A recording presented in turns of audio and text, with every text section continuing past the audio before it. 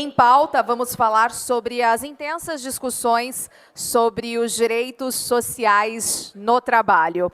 Então, eu peço a gentileza de vir aqui ao palco a advogada Zilmar Alencar, que será a nossa moderadora. Também pode vir aqui ao palco o Renan Calil, procurador de trabalho, e vai falar justamente sobre a discussão dos direitos sociais no trabalho no cenário internacional e as perspectivas para o Brasil. E eu peço a gentileza também que esteja aqui com a gente vai falar a promoção de direitos e o sistema de justiça, recomendação 123 de 2022 do CNJ com o Procurador da República. Portanto, todos sejam muito bem-vindos. Zilmar, eu passo a palavra já de início à doutora, então, para iniciarmos aqui o trabalho. Então, direito social no trabalho, cenário internacional e as perspectivas aqui para o nosso país. Sejam bem-vindos mais uma vez. Boa tarde a todos. É com enorme prazer que apresento aqui Dr. Renan Calil, Dr. Júlio, que vão nos brindar trazendo uma leitura de cenário dentro da proposta do evento, trazendo o tema Trabalho, Desenvolvimento e Futuro, numa perspectiva internacional, dentro de uma orientação propositiva, para que a gente possa, ao longo dessa jornada de construção de propostas legislativas, de propostas de plano de governo, incorporar temas que são de fundamental importância para essa temática. Doutor Renan, com a palavra. Seja bem-vindo.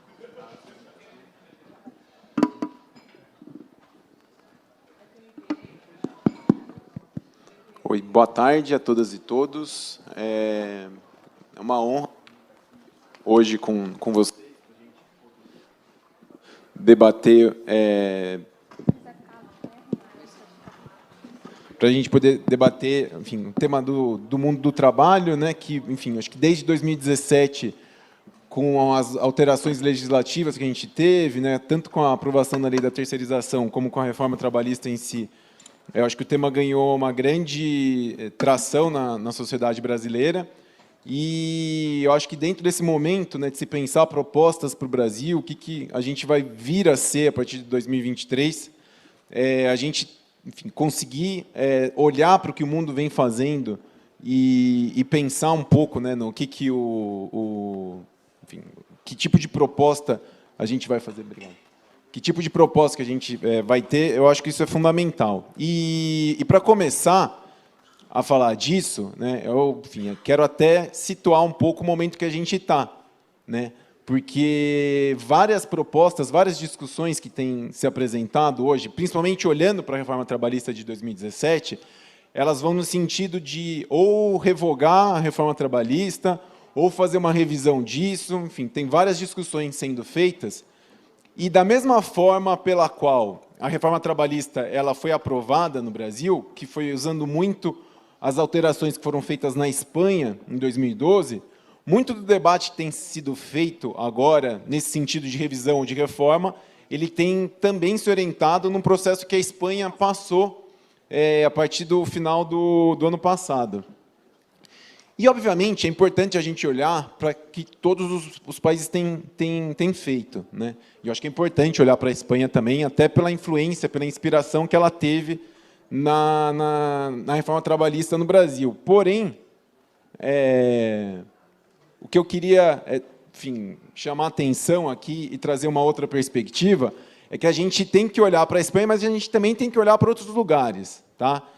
E esse mapa que eu trago aqui para vocês é uma provocação pelo fato da gente olhar muito pouco para o Brasil. Esse mapa ele está num livro que foi lançado no final do ano passado por um jornalista argentino que chama Martín Caparrós, que chama Em América. E o objetivo do livro enfim, é uma série de ensaios que ele traz ali, é contar um pouco como que a América Latina ela se caracteriza enquanto unidade territorial, cultural e política.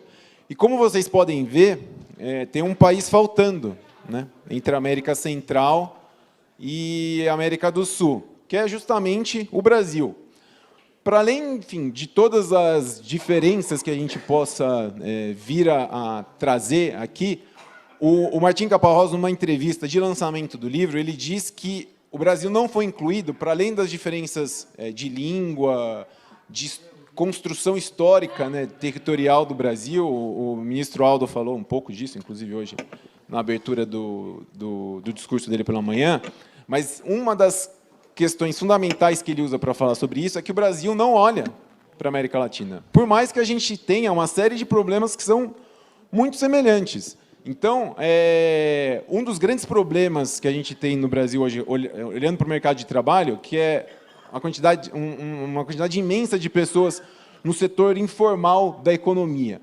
Para a gente lidar com isso e tentar tratar desse assunto, será que faz sentido a gente olhar para reformas que os países europeus fazem, ou será que faz sentido para a gente olhar para que os outros países que têm níveis de informalidade que são muito semelhantes que o nosso? Então, dentro dessa ideia de tentar olhar para o que outros países, outros lugares do mundo têm feito, era que eu queria um pouco pautar a minha fala agora, nesse começo da tarde.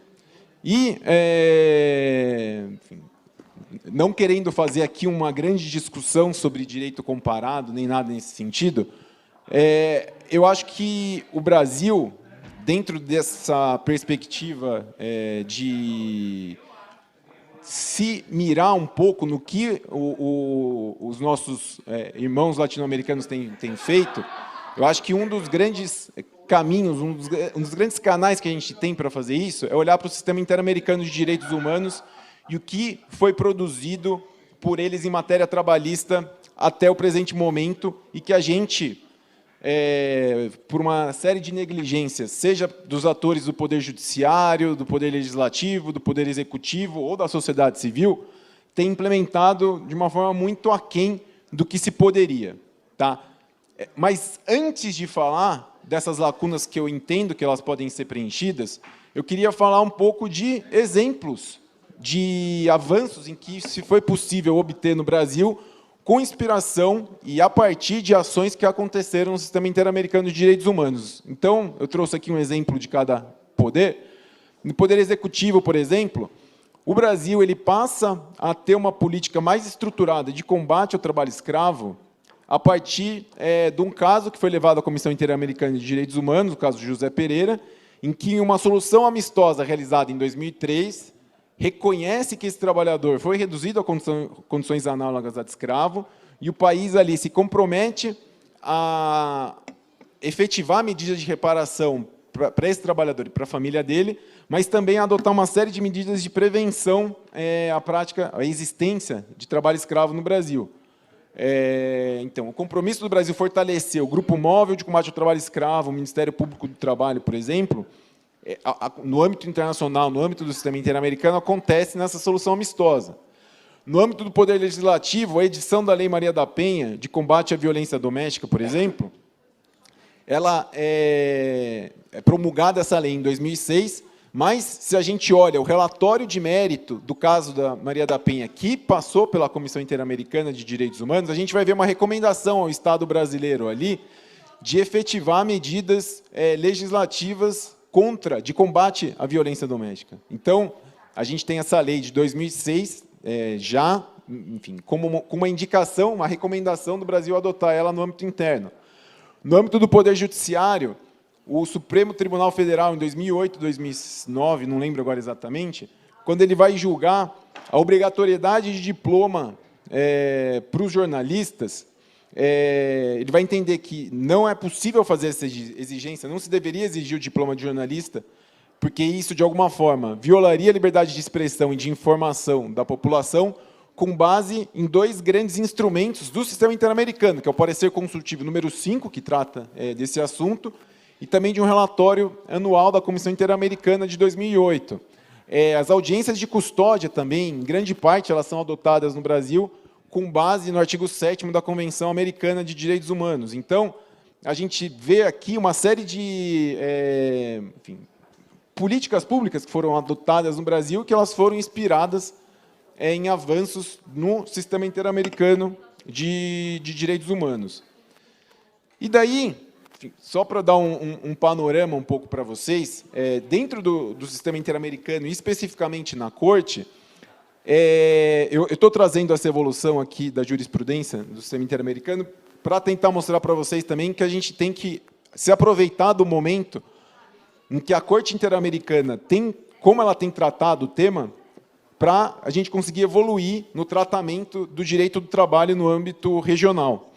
Então, a partir do momento em que a Corte Interamericana ela é criada, em 79 até 2001, a gente tem um tratamento muito formal de como efetivar o direito do trabalho. Então, nesse primeiro período, o direito do trabalho ele era basicamente analisado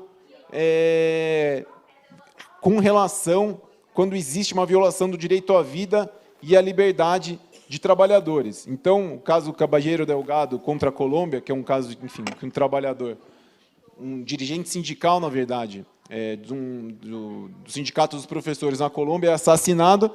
O direito à liberdade sindical, nesse caso, ele é quase não tratado, mas se analisa o direito à vida e à liberdade desse dirigente sindical. A gente tem uma evolução a partir de 2001, entre 2000 e 2017, a gente tem uma promoção direta e indireta do direito do trabalho no sistema interamericano. O primeiro caso que vai tratar disso é o caso Baena Ricardo contra Panamá, em que, numa tentativa de golpe de Estado promovida pelos militares no Panamá, no final da década de 80, uma série de membros do sindicato dos servidores públicos que estavam fazendo uma manifestação no mesmo dia são presos e dispensados enfim, dos seus empregos no poder público, e o caso chega na Corte Interamericana e o Estado do Panamá é condenado pela violação da liberdade sindical desses trabalhadores.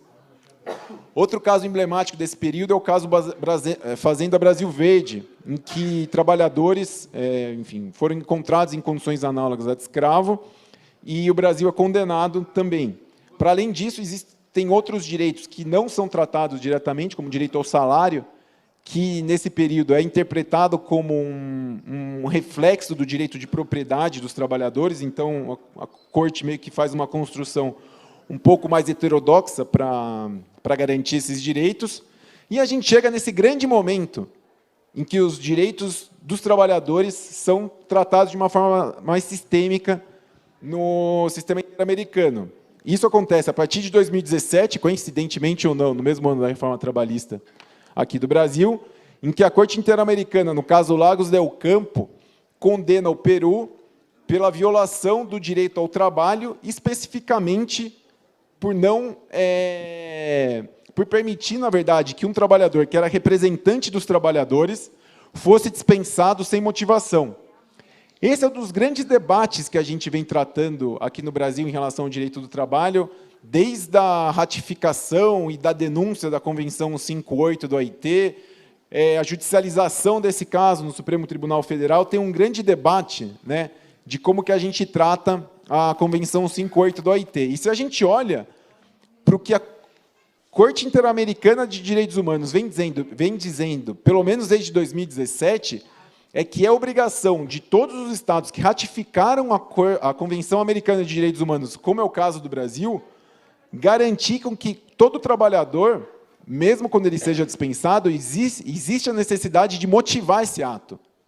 Então, isso já é uma obrigação que o Brasil tem de prestar contas no âmbito internacional.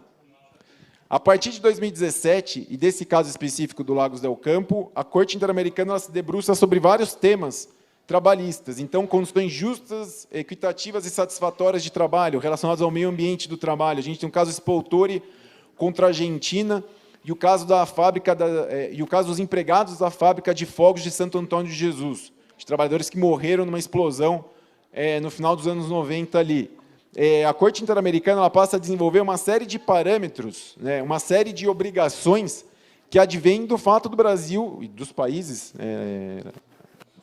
que adotaram a Convenção Americana de Direitos Humanos a cumprir pelo simples fato de estarem dentro do sistema. Então, existe uma miríade de possibilidades de se procurar não só efetivar esses direitos, né? Eu acho que enfim, a gente pode depois conversar um pouco melhor num segundo momento de como pensar em efetivar esses direitos.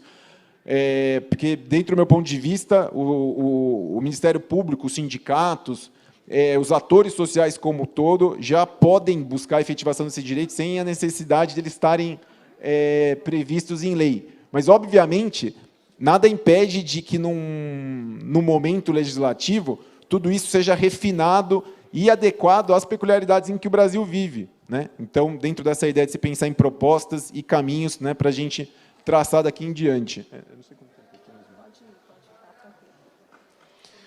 E daí, para tratar de alguns exemplos aqui, que eu vejo, que eu vislumbro como possibilidades da gente olhar para o sistema interamericano com mais carinho do que a gente tem olhado, pelo menos no mundo do trabalho, até esse momento. Em relação aos direitos sindicais, para além, enfim, a liberdade sindical está garantida no artigo 16 da Convenção Americana de Direitos Humanos. Então, desde 2001, a Corte e a Comissão já vêm olhando para esse direito com mais cuidado. Porém, no final do ano passado, vou voltar um pouco para trás, na verdade, em 2020, a Comissão Interamericana de Direitos Humanos submeteu para a Corte um pedido de parecer consultivo sobre liberdade sindical, negociação coletiva e greve com perspectiva de gênero. A comissão apresentou um questionário com 6 perguntas para que a Corte se posicionasse e desenvolvesse quais seriam as obrigações dos Estados membros da OEA e que ratificaram a Convenção Americana de Direitos Humanos sobre esses temas. E esse é um documento muito rico que trata de uma série de questões que estão na ordem do dia no debate do Brasil. Então, por exemplo, o Antônio Neto, mais cedo aqui, falou de todo o debate, né, do esforço da tentativa da ratificação da Convenção 51 da OIT. No parecer consultivo da Corte, já se trata dos espaços, né, e do tipo de obrigações que os Estados membros da OEA que ratificaram a Convenção Americana de Direitos Humanos têm que respeitar em relação à liberdade sindical, negociação coletiva e greve para trabalhadores não só do setor privado, mas também do setor público. E muitas dessas obrigações têm inspiração nos artigos e no teor da Convenção 51 da OIT. Então, obviamente, que a ratificação da Convenção 51 da OIT, ela fortalece o pleito das entidades sindicais e dá mais força para se buscar o respeito à liberdade sindical, realização da negociação coletiva e efetivação de greves. Porém, dentro desse parecer consultivo da Corte Interamericana, que é do ano passado, vocês já encontram instrumentos para colocar em prática esses direitos. Um outro elemento que, para mim, é da maior importância e que foi um dos grandes motes, né, da reforma trabalhista de 2017, que é o famigerado negociado sobre o legislado. Existe um dos questionamentos que a Comissão Interamericana apresenta no parecer consultivo dela, especificamente, se é possível realizar negociação coletiva que piore as condições dos trabalhadores. Muito no sentido do que a OIT já se manifestou, especificamente a Comissão de Peritos. E a Corte Interamericana ela é categórica quando ela diz, no teor desse parecer, que a gente tem que olhar para as relações trabalhistas, sempre lembrando em que já existe uma desigualdade de forças entre o trabalhador e as empresas. E que a gente admitir que, por meio de negociação coletiva, parâmetros mínimos previstos na legislação, isso vai estar violando compromissos internacionais que o Brasil assume. Então, não é possível, é contrário à Convenção Americana de Direitos Humanos, se admitir o negociado sobre o legislado do jeito que ele está na CLT hoje em dia. Então, não é só um grupo no Brasil que está insatisfeito com isso, não é só o Comitê de Peritos do OIT que já se manifestou contrariamente a isso.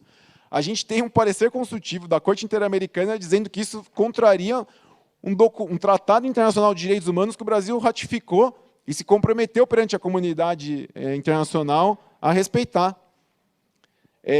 Existe uma série de questões relacionadas à perspectiva de gênero, que eu acho que a gente pode abordar num segundo momento aqui também, relacionados ao mundo sindical, inclusive a Convenção 190 do OIT, que a Corte, nesse parecer consultivo, ela usa como inspiração para indicar, na verdade, as obrigações que os Estados-membros têm. Não só isso também, mas também outras sobre trabalhadores em aplicativos, que foi outro tema que apareceu aqui enfim, nas falas pela manhã.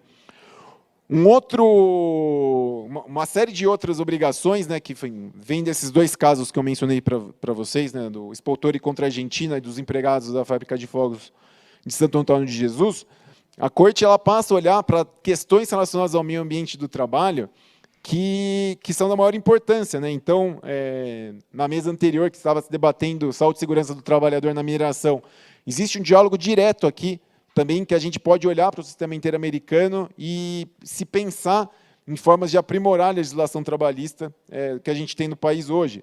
Em relação à garantia de emprego, desde o caso Lagos del Campo, pelo menos, a obrigação de todos os estados latino-americanos, inclusive do Brasil, de se motivar a dispensa dos trabalhadores.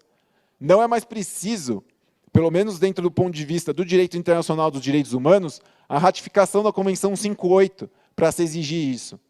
Basta a gente começar a se mexer para exigir isso, seja por meio de ações políticas, seja por meio de ações perante o Poder Judiciário.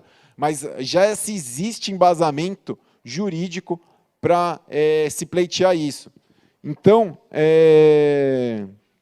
enfim, numa fala inicial que eu tinha pensado aqui para vocês, para a gente começar um diálogo, era isso que eu tinha pensado, e, enfim, a gente continua o debate em seguida.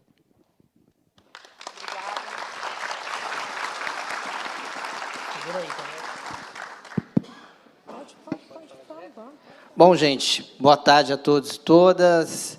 Eu sou Júlio Araújo, permita-me apresentar. Eu sou Júlio Araújo, sou procurador da República aqui no Rio de Janeiro e estou atualmente diretor da Associação Nacional dos Procuradores da República.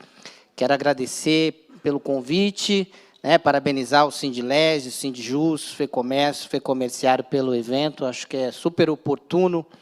E destaco aqui um dos motes, desconstruir, sair de um novo ponto de partida, rever, realinhar e encontrar novas saídas.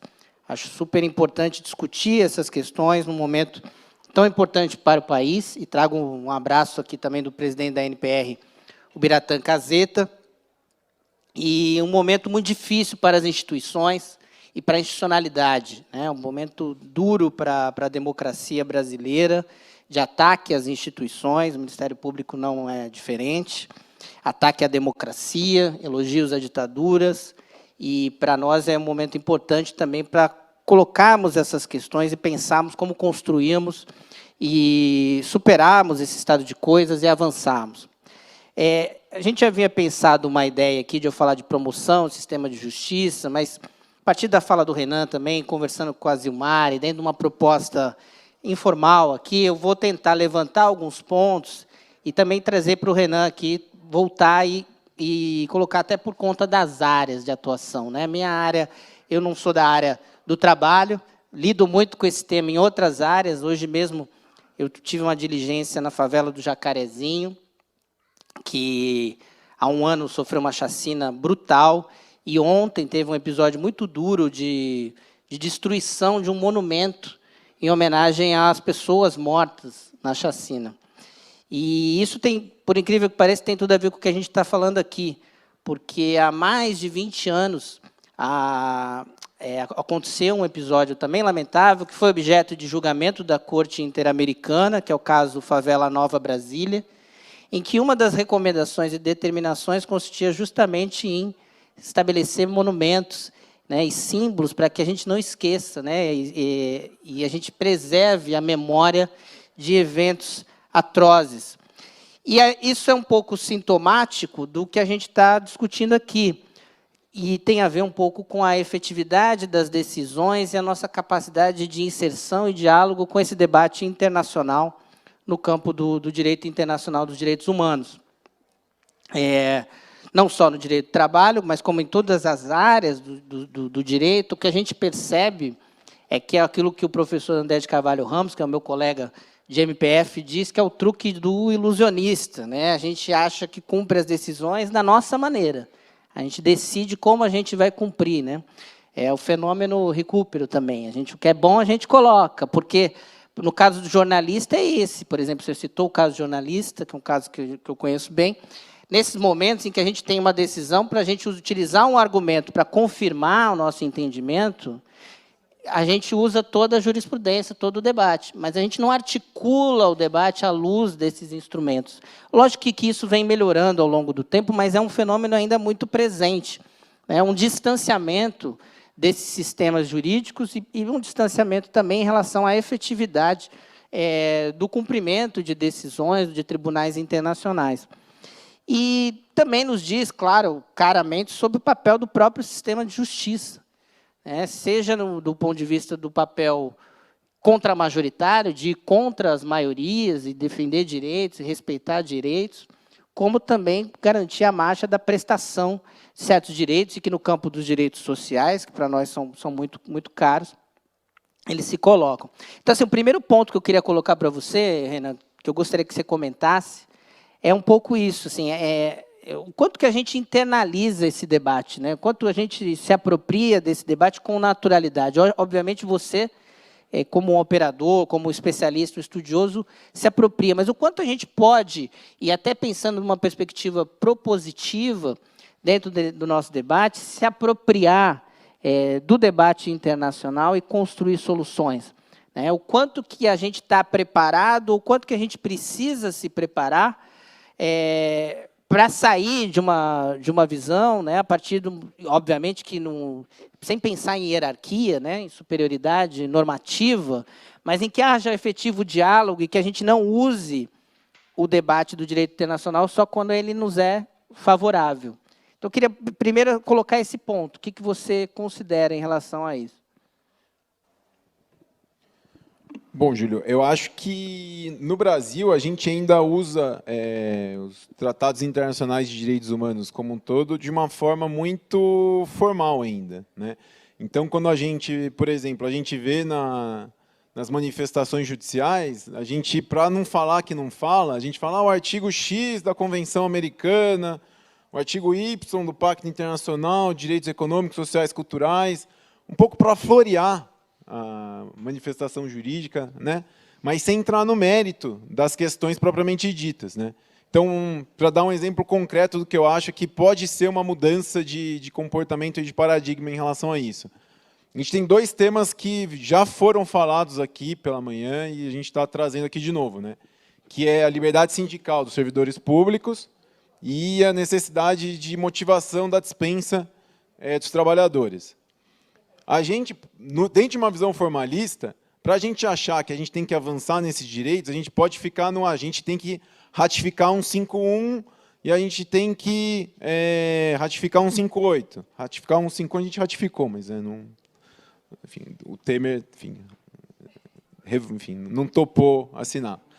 Mas, enfim, a gente pode ficar nesse debate um pouco formal de procedimentalização desses instrumentos do OIT, que são importantes, obviamente que são. O OIT é referência dentro do sistema ONU no mundo do trabalho. Mas a gente tem manifestações da Corte Interamericana estabelecendo obrigações que os Estados têm e que podem fazer com que o início do debate, tanto para se garantir a liberdade sindical dos servidores públicos, mas também para se assegurar a necessidade da motivação da dispensa dos trabalhadores, já comece num outro nível, já comece mais avançado. Porque se a gente começa essa discussão com um passo atrás, num momento anterior, achando que a gente já não tem esse direito e que a gente precisa internalizar ele, a gente começa a negociar e conversar com as contrapartes numa posição muito mais desfavorável do que se a gente chegar e entender como de fato e reconhecendo a autoridade da Corte Interamericana de Direitos Humanos, que já são obrigações de todos os estados do Brasil, incluindo eles. Então, eu acho que, dentro desse sentido, Júlio, a apropriação ela parte um pouco também de se deixar de olhar somente para partes formais de procedimentalização, mas também se apropriar da substância do que esses tribunais colocam. Sim, não, e é interessante porque quando há essa enunciação, assim, né, seja nas peças, seja na argumentação, qualquer sustentação em relação a tratado, há um tratamento como se fosse carta de direitos. E há todo um papel dos órgãos, né, internacionais de dar conteúdo, de analisar o que significa, né, como que isso repercute e as dimensões e os conteúdos desses direitos. Eu acho que isso, muitas vezes, passa batido. É lógico, eu vivencio isso em outros campos, né? A gente lida, muitas vezes, com medidas cautelares em relação a presídios, questões de direitos indígenas, trabalho escravo, sim, aparece muito no nosso debate, mas esse é um tema realmente muito recorrente. E a tal ponto, né, inclusive um tema que me foi trazido, né, a tal ponto que os órgãos do Poder Judiciário e do próprio Ministério Público tiveram que editar, né, no caso do Judiciário já, mas o CNJ sim, o CNMP não, recomendações que dizem, a rigor, o óbvio, né, no sentido de que esses tratados devem ser observados. Mas é um pouco sintomático também, porque o próprio Supremo Tribunal Federal muitas vezes adota esse mesmo comportamento, de aquilo que é bom a gente usa, o que não é bom a gente não usa. Vide o debate da lei de anistia, né, a DPF 153, em que todos os estados da América do Sul, de alguma maneira, barraram as leis de autoanistia e o Supremo não barrou, né? E, ao mesmo tempo, edita normas como a Recomendação 123, que justamente vai reforçar a necessidade do cumprimento de tratados, da observância de tratados, da interpretação com tratados e também a prioridade de julgamento de casos que executem julgamentos decorrentes de lides, né, de conflitos analisados por cortes internacionais. Mas isso me traz a uma outra questão que eu acho importante também você comentar, Renan, que você até falou, e até você falou da questão de gênero. Eu até trouxe aqui um protocolo que o CNJ fez, que é um pouco fruto também de um debate internacional sobre o julgamento para a questão de gênero, mas é a questão da efetividade das decisões, né? Você teve uma experiência importante na Comissão Interamericana, você trabalhou lá, acompanhou os efeitos disso, né? E acho que muito também da não internalização vem da crença na não efetividade das decisões. Eu mesmo citei aqui agora, né, o debate da Justiça de Transição, caso Gomes Lund, né, em que se discutiu a lei de autoanistia. O que se pode fazer? Eu acho que, não sei se isso se resolveria no campo legislativo, se é necessário se resolver isso no campo legislativo, mas pensando de forma propositiva, né, porque a internalização eu acho fundamental no sentido de apropriar, né, do debate, né? A apropriação é até um termo melhor, né, nesse sentido, de você se inserir no debate como ele ocorre, né, e não a maneira como você quiser. Mas como a gente entra nesse debate da efetividade? Você chegou a falar um pouco disso na sua exposição inicial, mas como é que você pensa isso? Como é que a gente pode trabalhar nessa questão? Bom, eu acho que essa questão de efetividade, a gente começa um pouco com o início da minha palestra, né? É olhar para o sistema interamericano e reconhecer que as obrigações que a Corte e a Comissão dizem que os Estados têm, elas devem ser cumpridas e os poderes se importarem com isso. Então, por exemplo, agora a gente está num período em que uma série de... Enfim, esse caso que eu mencionei para vocês, né, dos empregados da fábrica de fogos de Santo Antônio de Jesus. A Corte Interamericana ela condena o Brasil pela violação de uma série de artigos ali da Convenção Americana, e uma série de obrigações são colocadas para o Brasil, não só de reparação, né, então, fazer com que as famílias que foram afetadas ou as pessoas que sobreviveram a essa explosão sejam, de alguma forma, reparadas pecuniariamente, recebam algum dinheiro por conta disso, mas também existem medidas de prevenção que o Estado, que a Corte Interamericana estabelece ali, né? E uma dessas obrigações que é colocada, porque o que acontece? Em muitas cidades em que o trabalho é extremamente precário, em parte isso acontece porque não existe uma outra oportunidade. Não existe um outro mercado de trabalho ali que vá permitir com que essas pessoas possam desenvolver outras atividades. para além do poder público, por exemplo, que, enfim, acaba sendo um empregador em todas as cidades brasileiras. Mas daí, como é que a gente consegue fazer com que essas pessoas não sejam submetidas a essas condições de trabalho que levaram à morte delas? Né? Então, uma das obrigações que foram colocadas ali para o Estado brasileiro é enfim, fazer um mapeamento do cenário do mercado de trabalho na região de Santo Antônio de Jesus, no Recôncavo Baiano, e, em seguida, se pensar no desenvolvimento de políticas públicas para fazer com que essas situações não voltem a ocorrer. Isso está em debate dentro do Ministério da Família, da Mulher e dos Direitos Humanos. A Corte Interamericana deu um prazo, salvo engano, de 2 anos para que isso venha a acontecer, e, em tese, isso deve estar acontecendo ali. E, obviamente, que não se... Enfim, a execução dessa obrigação ela não deve levar em consideração só o que o Poder Executivo faz, né? Mas a própria sentença estabelece que a comunidade deve ser envolvida, afinal de contas, né, ela que vivencia isso, ela possa oferecer subsídios mínimos para que essa política pública ela, enfim, corresponda minimamente às demandas que existem ali.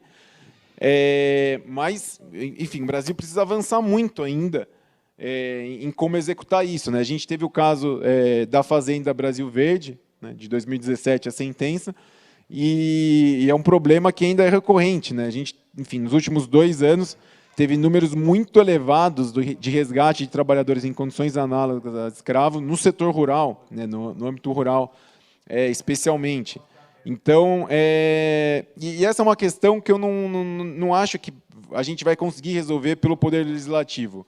Eu acho que a gente precisa passar a levar a sério mesmo o sistema interamericano. E daí levar a sério não só o Poder Executivo mesmo, mas o Judiciário, o Legislativo, o Ministério Público, as organizações da sociedade civil, como o movimento sindical. A gente tem que olhar para o que a Corte e para a Comissão dizem e vislumbrar isso como algo que tem que ser executado, não como, enfim, como a gente estava falando aqui, como um floreamento de argumentação retórico, jurídico, né? Mas como algo que efetivamente deve ser implementado. Afinal, é uma obrigação que o Brasil assume perante a comunidade internacional.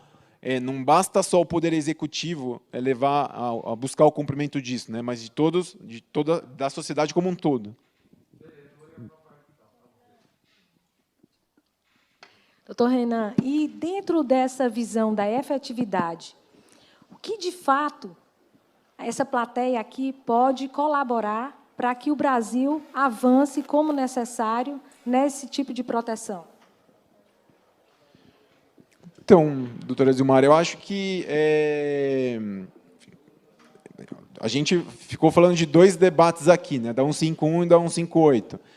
Se apropriar dos argumentos em que a Corte estabelece, por exemplo, no tipo de obrigação que o Brasil tem para se levar para o debate público, seja com o legislativo, seja com o executivo, quando se está se tentando fazer uma negociação coletiva e existe uma resistência por parte das pessoas que estão responsáveis por isso, seja levando demandas no judiciário e estabelecendo fazendo pleitos com base nesses pronunciamentos, eu entendo que é uma forma excelente de contribuir para a efetivação, não só desses direitos, mas também para ajudar o Brasil a avançar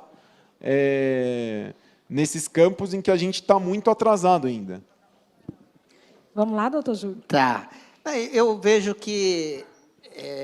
eu acho que tem esse grande problema da apropriação e condução desse debate. Eu vejo em outros países, até para pegar o exemplo da América Latina, não sei se é uma barreira de língua, acho que é uma barreira cultural mesmo, o quanto que aquilo que a Comissão Interamericana, a Corte Interamericana coloca, o quanto que aquilo é internalizado no debate local de uma maneira muito mais clara. Você tem um exemplo recente na Colômbia, a questão da violência política, né? Determinações que a Corte Interamericana deu e a Corte Constitucional se preocupou em responder, em se colocar limites ou não, e há efetivamente um respeito institucional e uma cultura constitucional de diálogo. E aqui, como eu disse, a gente tem esse problema. Então, a recomendação 1, 2, 3, por exemplo, que eu estava mencionando, Ela é um exemplo de um esforço importante, né? Acho que na instituição, a instituição da onde eu venho, o Ministério Público Federal, teve também um papel importante de buscar essa amarra, né? De construir uma cultura institucional e constitucional de debate e diálogo sobre proteção, sistema interamericano de proteção de direitos humanos. E por que isso é importante? A gente vê momentos como esse agora, né, em que a nossa institucionalidade ela se desapega de formalismos, né, de positivismos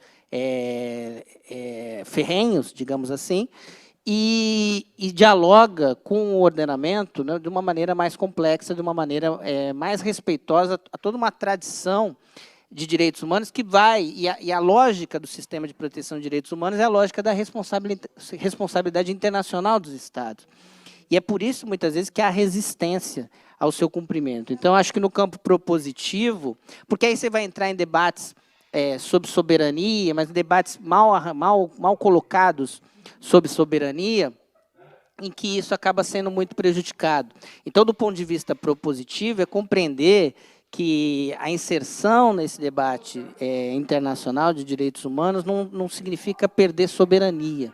Ao contrário, significa afirmar respeito à democracia, respeito aos institutos de direito internacional, e acho que isso é compromisso. Eu acho que isso é compromisso que vai por todas as áreas, vai pela sociedade civil, vai pelas instituições, vai por presidenciáveis, eu acho que vai por todos esses campos, porque acho que tudo isso, de alguma maneira, repercute nas quebras de institucionalidades, na não efetividade de direitos.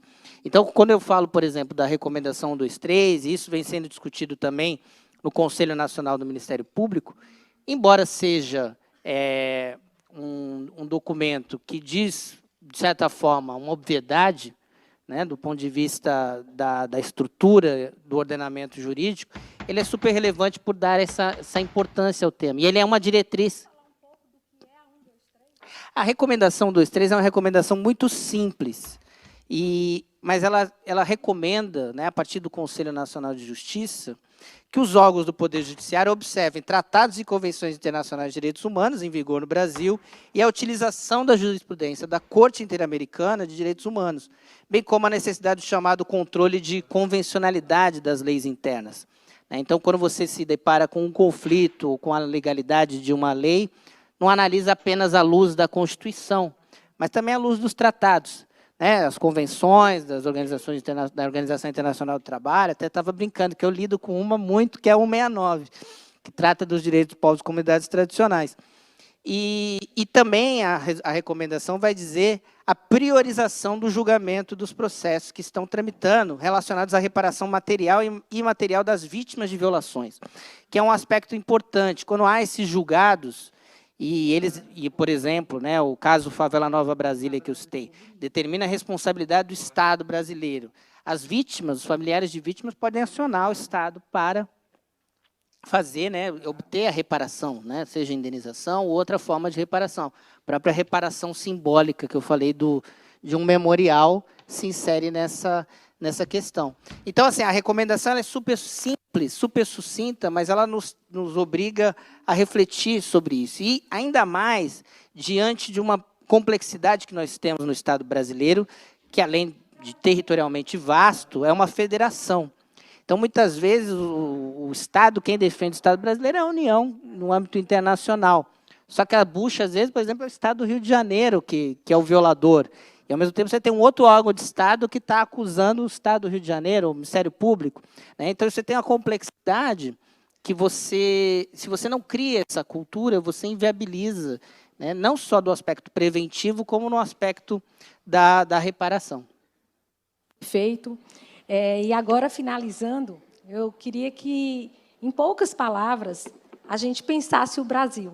Pensar Brasil sob o ponto de vista dessa internalização, da efetividade, do que pode ser proposto para que a gente possa contribuir na apresentação das nossas propostas. Então, vou inverter um pouquinho para a gente deixar o doutor Renan finalizar o nosso painel. Então, doutor Júlio, com a palavra, vamos pensar o Brasil. Vamos resolver agora, né? Não, primeiro eu quero agradecer, né, aproveitar esse momento, agradecer de estar aqui com a Zilmara, com o Renan, que é um grande amigo. E eu penso que no campo da promoção de direitos, que é esse campo que a gente está colocado, eu acho que, antes de tudo, é garantir o respeito e a independência do Poder Judiciário. Eu acho que esse é um tema da ordem do dia e fundamental, mas, ao mesmo tempo, cobrar e refletir o campo de atuação e de incidência desses entes e um entendimento sobre o papel de cada ente, sobre o papel programático que nós temos que construir enquanto sociedade.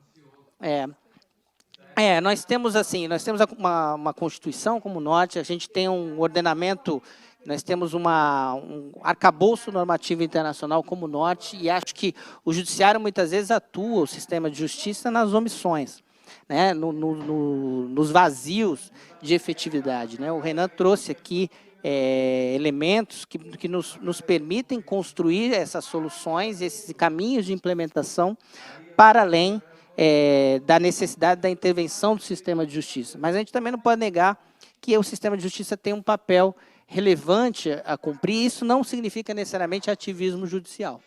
É um papel importante que supre, muitas vezes, esse cenário de omissões, e um cenário de omissões dentro de um projeto, um programa que é um programa constitucional ou de decisões e definições que são tratadas por órgãos nacionais ou internacionais. Mas muito obrigado.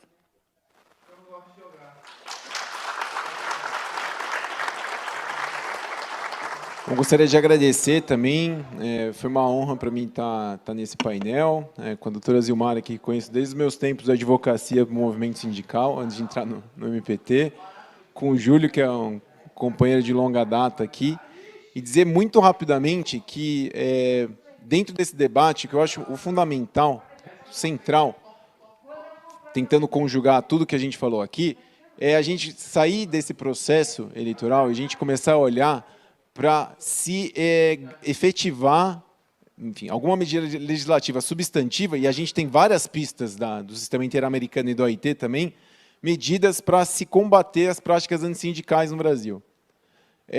Não é possível que, enfim, passados, enfim, mais de muitos anos da ratificação, enfim, da Constituição de 88, a gente não tenha nenhuma medida substantiva para se combater esse tipo de ato.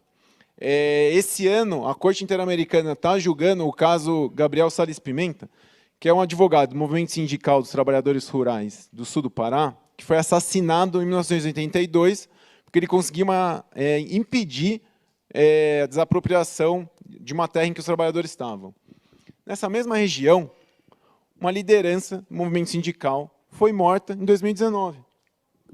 Por quê? Porque, lembrando, né, que o assassinato de lideranças sindicais é uma prática antissindical, né? Porque não é o seu trabalhador que está tendo o direito da vida dele violado ali, mas toda a coletividade dos trabalhadores se sente ameaçada, porque quem vai ter coragem de se organizar coletivamente num contexto em que o mero fato de você ser membro de um sindicato, você vai morrer? Isso aconteceu em 2019. A gente não está falando do Brasil de 100 anos atrás. Então, Zilmara, para responder a sua pergunta é isso. Eu acho que a gente precisa começar a pensar de uma forma mais sistemática em que tipo de legislação a gente vai ter para combater esse tipo de prática antissindical no Brasil. Essa pergunta, na verdade, temos aqui na plateia o deputado Luiz Carlos Mota, e que vem provocando para que todos aqui possam, de fato, apresentar propostas, trazer contribuições para que a gente possa ter umas relações de trabalho com maior efetividade no seu caráter protetivo e no seu caráter também de responsabilidade social quando se visa um desenvolvimento. Muito obrigada. Discussão mais